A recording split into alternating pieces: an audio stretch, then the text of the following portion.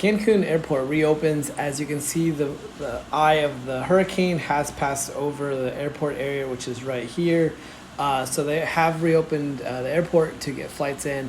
There's still thousands of people without electricity, but as they start to clean everything up and reopen everything, they're going to try to get the city up and going again. Most businesses have announced they will reopen tomorrow, but we'll try to keep you guys updated. But it looks like the majority of the storm has passed over. There's obviously still a lot of rain going on right now, but it looks like they are starting to move forward with getting everything cleaned up. All right, thanks for watching.